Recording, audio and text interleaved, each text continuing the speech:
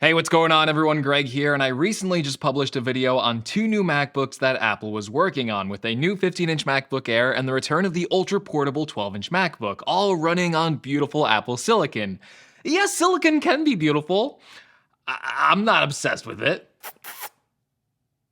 You didn't see anything. And just a few days after publishing that video, we already have more details on the new 15-inch MacBook Air, and it got me thinking a lot about the future MacBook lineup, because honestly, if we take a moment to look at the new M2 lineup, it's a bit messy, and it really reminds me of another period in Apple's MacBook history in 2018 where they basically had three MacBooks all on sale within $100 of each other, and we're facing a pretty similar lineup right now.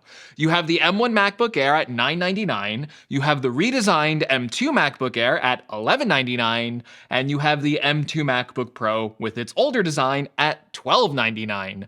Not only are all these laptops very similar, and all very similar in price point, but it's a confusing lineup to customers looking for a new laptop, because there's no clear choice on what laptop you should go for. I mean, let's just say you knew nothing about the MacBook and you were going to buy your first one, and you don't watch Greg's Gadgets, so you're misinformed. Yeah, you're really misinformed, and you're not even watching someone like iUpdate, and he ain't updating you. He quit. He sold everything. He moved to Cupertino to live out his life to stalk Tim Cook.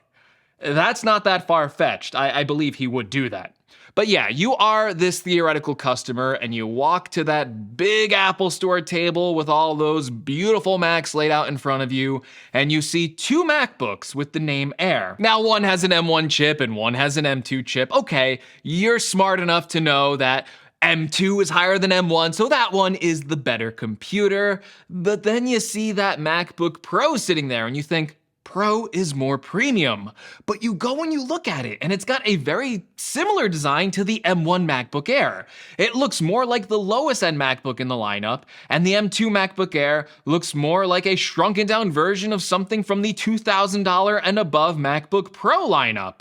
Worst of all, the cheaper M2 MacBook Air even has a bigger display than the Pro model now. So nothing here really indicates that this 13-inch MacBook Pro is really Pro, and there are multiple layers of confusion here. Hardware-wise, besides the active cooling system, the M2 MacBook Air is the more premium computer. This lineup definitely seems like a temporary stopgap until Apple has all of its cards in place.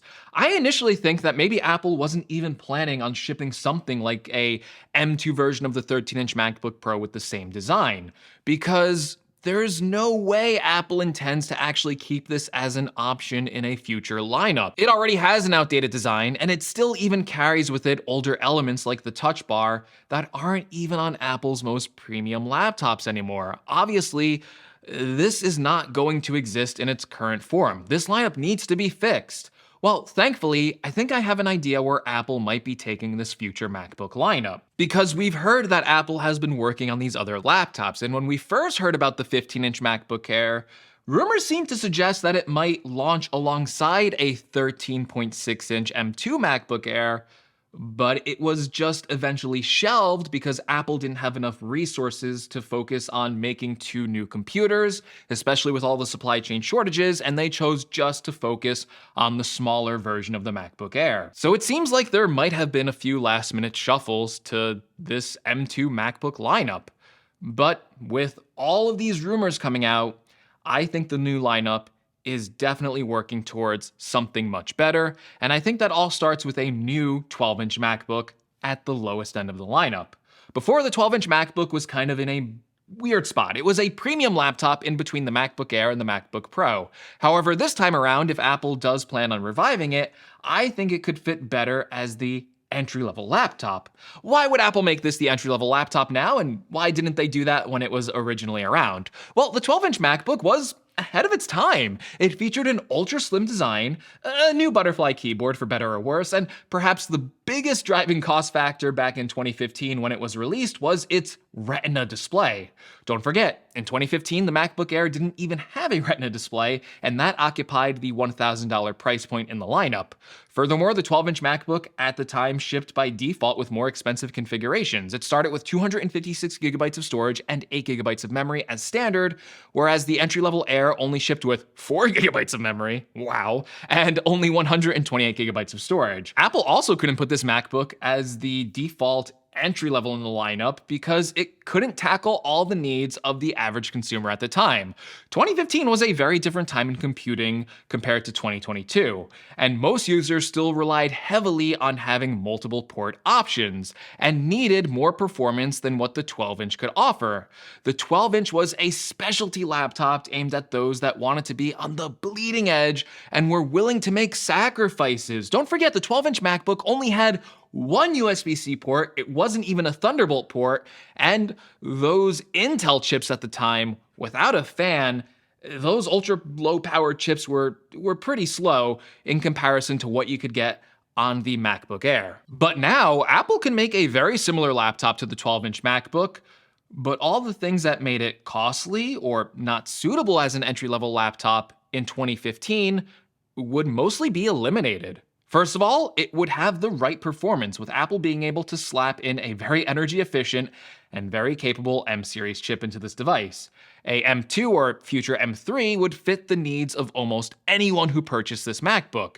It also wouldn't, I think, be that radically different design-wise than the 13-inch Air. I think it would mostly just be a smaller version of that design and retain the fanless design as well. And it would probably keep the same entry-level configurations as the current MacBook Air. So really, it would kind of just look like a shrunken down version of the 13-inch MacBook Air. So I don't think there would require as much specialty tooling going into this device, which would bring its cost down. That's why I see this 12-inch MacBook ultimately as a replacement for the current M1 MacBook Air, and it would make perfect sense for this to occupy the $999 price range for Apple's MacBook lineup.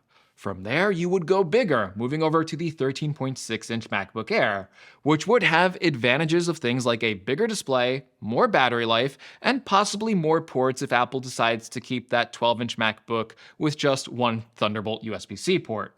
However, what about the 13-inch MacBook Pro? Now, I don't need to explain the M2 MacBook Air, it's already out and I made multiple videos on it, but that would be in the lineup at the $1,199 price point.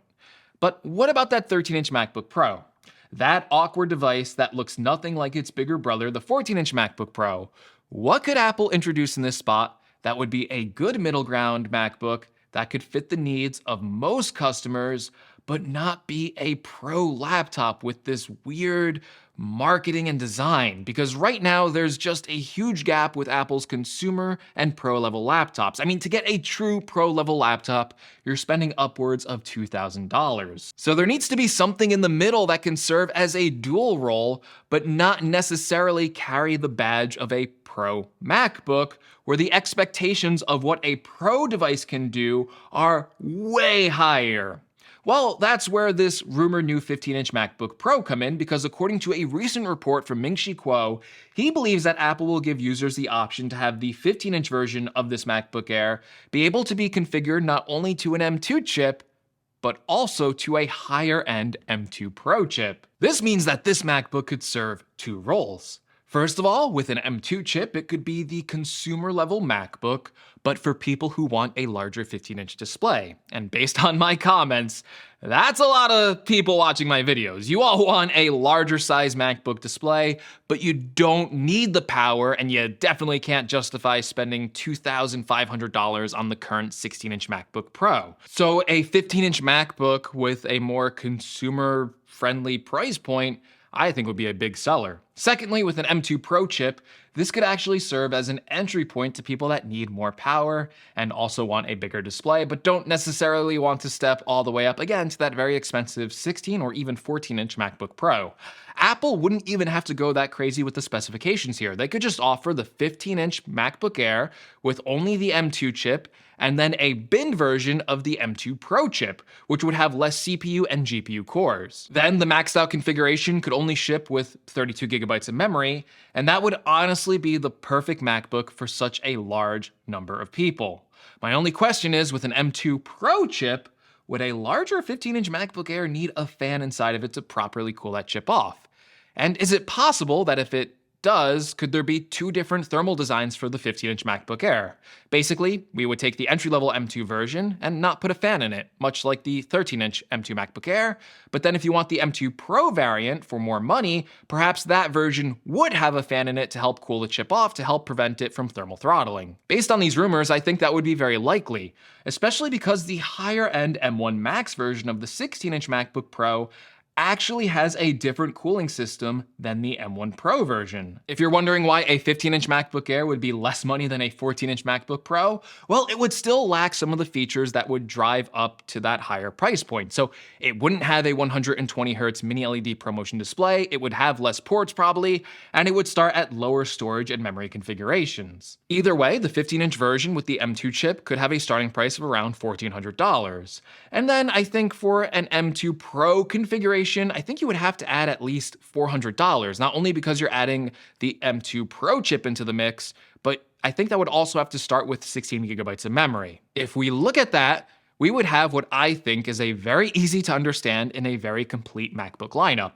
$999 for the 12-inch MacBook, $1199 for the M2 MacBook Air, $1399 for the 15-inch M2 MacBook Air, and then $1799 for the 15-inch M2 Pro MacBook Air, and then $2,000 for the 14-inch MacBook Pro and $2,500 for the 16-inch MacBook Pro. That would be one of the most complete MacBook lineups ever, with multiple pricing and size options to fit almost anyone. This is what I want to see, and I think with Apple Silicon, it would represent the best MacBook lineup in history. And with all these rumors, it looks like it's possible that we could finally get something that looks very close to this lineup as early as next year. So let me know in the comments below, do you think this would fix the MacBook lineup? And if not, what would you like to see Apple do to fix it? All right, everyone, thank you so much for watching. Hope you found this video informative and helpful, and hopefully this lineup turns out to be true. And hopefully I will also see you all in the next video. Take care, everyone.